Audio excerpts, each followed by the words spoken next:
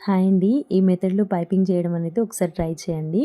ఇలా పైపింగ్ చేశారంటే గనక పైపింగ్ కోసమే మన దగ్గరకొచ్చే కస్టమర్స్ అయితే చాలామందే ఉంటారండి. నేనైతే ఇక్కడ 1.5 ఇంచు వెడల్పుతోనైతే క్లాత్ అయితే తీసుకున్నాననమాట, క్రాస్ పీస్. పావించు ఖర్చుతోనైతే నీట్‌గా ఇలాగైతే కుట్టు వేసేయండి. తర్వాత ఇలాగా స్టిచ్ పైననే థ్రెడ్ పెట్టేసుకొని ఇలా నీట్‌గా ఫోల్డింగ్ చేసుకుంటూ మధ్యలో కుట్టు పడేలాగా నీట్‌గా స్టిచ్ అయితే వేసేయండి. చూడండి ఎంత నీట్‌గా వస్తుందో కదా పైపింగ్.